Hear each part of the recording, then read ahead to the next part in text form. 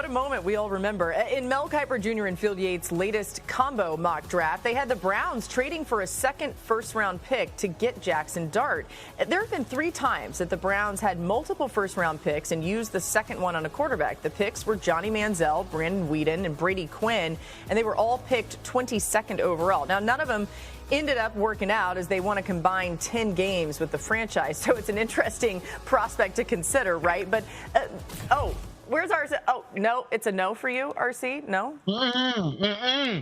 You don't even want to relive none of those people, Laura. Let that junk go. I know, but, well, okay, I hear you. Mina, after hearing all that and what RC just said, should the Browns look to trade into the first round and try to get their quarterback or just sit tight at 33? I think sit tight, and I like the idea of them staying there and drafting the Louisville quarterback, Tyler Shuck, especially, they're passing out a quarterback with the top pick. Dude, the more I watched of him, the more I liked him. And against your Ryan's son's Notre Dame team, I thought he put on a show in particular. But he's got really unique arm talent. He's got a strong arm. He can also, he's a creative thrower. He can make throws from different platforms with different arm ankles. I was very pleasantly surprised by his mobility. The touchdown where he's rolling to his left and flips his hips against Notre Dame is one of the better throws I've seen all year. The questions with him is just he's obviously an older prospect, and I think there's some issues with pressure that come up time to time. Yeah. But for a team like Cleveland where you want to plug in a guy and start him immediately, I actually think he would be an excellent pick. Jeremy, do you hear people caring about him being an older prospect? It feels like that doesn't matter as much as maybe it once did in the NFL. Not really. I mean, like Dak Prescott's, 32? He just signed for $60 million a year. It's not as important for the quarterbacks as it would be for like a position where you have to be fast and maintain your speed at age 30. So it's a little bit different. But for this year, this is a get year right for the Browns. They have 10 draft picks. They know they have to improve the roster. So I don't get the sense they're going to stretch for a quarterback and make a huge splash in a trade unless there's just somebody they absolutely love. They do have love for Shedeur Sanders. They feel like he's got a computer brain as far as a processor at the line of scrimmage. Maybe that leads to something in some sort of move, but they could stand pat. Like Kevin Stefanski, he loves tight ends. He stockpiles them. Like they've been looking hard at tight ends. They could use that pick in the second or third round for that as opposed to packaging it for a quarterback. It just might not be the year for it. It's supposed to be a better year next year for quarterbacks. They could always wait. Yeah, it's a great tight end class to that end as well. The Browns also have the second pick in the draft, of course, and a lot of us expecting it to be Travis Hunter. GM Andrew Berry had this to say about Hunter and his ability to play both sides of the ball. We wouldn't necessarily put a cap or a governor in terms of like what he could do. We would want to be smart in terms of how we started him out. I think I've mentioned before, we would see his first home as receiver and his second home, on the defense side of the ball. That's a little bit like Ohtani, right? Where, when he's playing one side, he's an outstanding player. If he's a pitcher, he's a hitter, he's an outstanding player. You obviously get a unicorn if you use them both ways. All right, so you heard Barry's comparison. Joe Madden, actually, former MLB manager who managed two-way star Shohei Ohtani, had some advice for some teams regarding Travis Hunter. I think we're going to put this quote up. He said, "The player is the one who knows how to do this. The rest of us don't." Basically, as you read through this, he's suggesting a pitch count of sorts, but just apply it to the NFL. RC, do you agree that that would work? Would that be the wise way to use Travis Hunter if you are going to have him contribute on both sides? Yeah, listen, I would say use a pitch count. I'm different than Andrew Berry. I love to see Travis Hunter on defense. I believe that his ball skills defensively set him apart, but I also believe there's an easier opportunity to adapt on the offensive side of the football where you're running routes and you understand where you're going. Here would be the major reason for having a pitch count for Travis Hunter.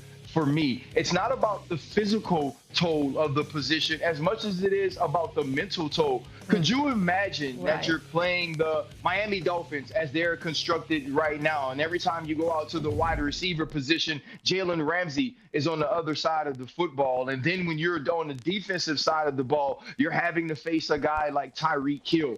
That sort of stress in and out of every single play is different than what you get when you're playing against the Colorado State team and it's just a college rivalry. And so I believe you need to be smart as to not overload what you're asking him from a mental and emotional standpoint, more so than physically early on in his career. And that's one of the reasons why I do like him as a corner with little wide receiver mixed in. And Ryan, I'm so excited to talk about this with you, in particular in Green Bay, because everyone looks at Travis Hunter and how amazing he was at both positions in college, and we ask, well, why can't he play both ways? Well, the mental aspect of playing corner in particular in the NFL, you can't just drop a guy in and expect him to have familiarity with all of you do in terms of coverages and what you're expecting on offense, and understanding the tendencies. And whereas if he plays corner, you can absolutely create a 10 to 12 play package for him, Ryan. Like, it's a lot easier for him to do both if he measures in that side of the ball. No, and that's what. But I just think he should be a defender, Mina, because if he gets 5 to 7 picks a year. If he gets 5, Travis Hunter is an all-pro. Derek Stingley this year, who I believe has at the position some of the best ball skills we've ever seen. Travis Hunter is very similar in tracking the football. And if you can allow him to be a part of the defense, don't make him go be number 1. Don't make him travel with Jamar Chase. Play him in the right way defensively. Have a 10 to 12 package, like you say, offensively, and now I believe you're getting the best of Travis Hunter without possibly ruining Travis Hunter, which is the smart thing you have to do if you're going to draft him in the top 3.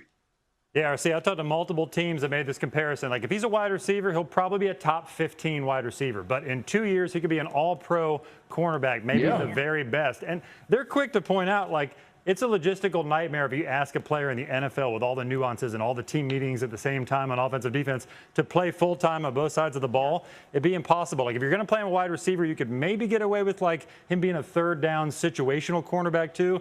But to play both sides all the time would be next to impossible. It's just fascinating because whatever team drafts him, they're going to be able to decide a lot of this, right? But if you talk to Travis, I've asked him about this. I've asked him about the mental load, and he says he's totally ready for it. Go ahead, RC. Also, too, think about how talented Charles Woodson and Champ Bailey and Deion Sanders were as just pure athletes. We never had these sorts of discussion about those 3 first ballot Hall of Famers. That's how special Travis Hunter was in college and how huge of a prospect he is. He thinks he's ready for it. He thinks he can handle it, and he's adamant about that. Now, you mentioned, Mina, that you and RC will be talking about this in Green Bay.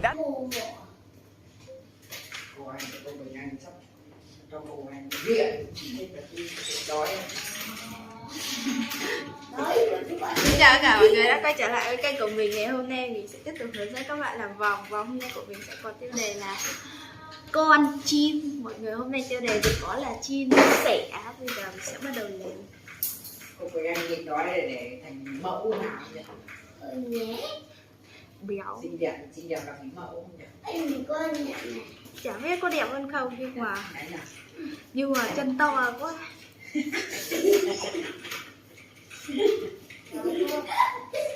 Chân to thì phải lấy kiểu khác đi, chân to này. Này tập. Em phải thực tập xong đã em.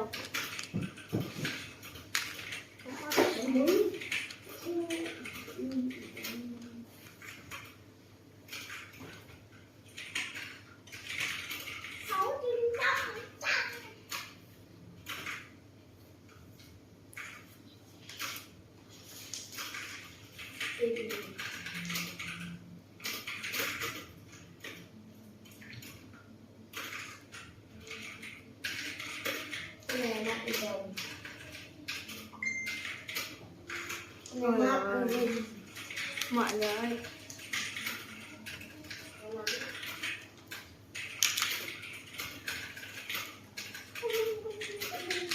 bây giờ mình sẽ chọn trắng.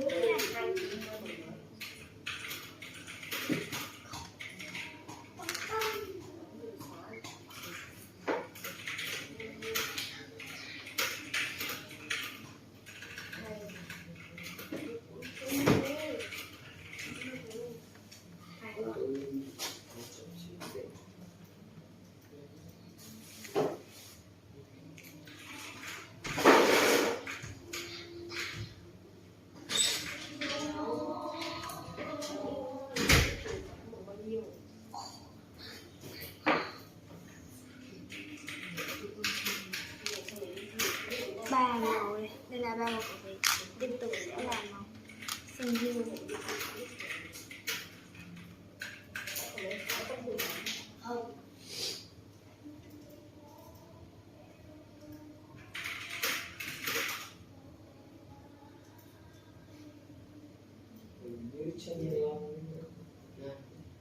Đây, được đặt trái tim anh đâu?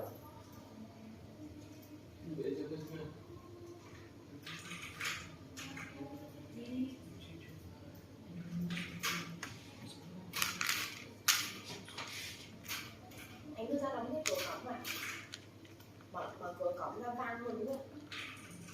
Giờ nó lùn toàn chân. Nhỏ rồi, nghe thấy đeo tai nghe. Nghe được hết đấy. Đây,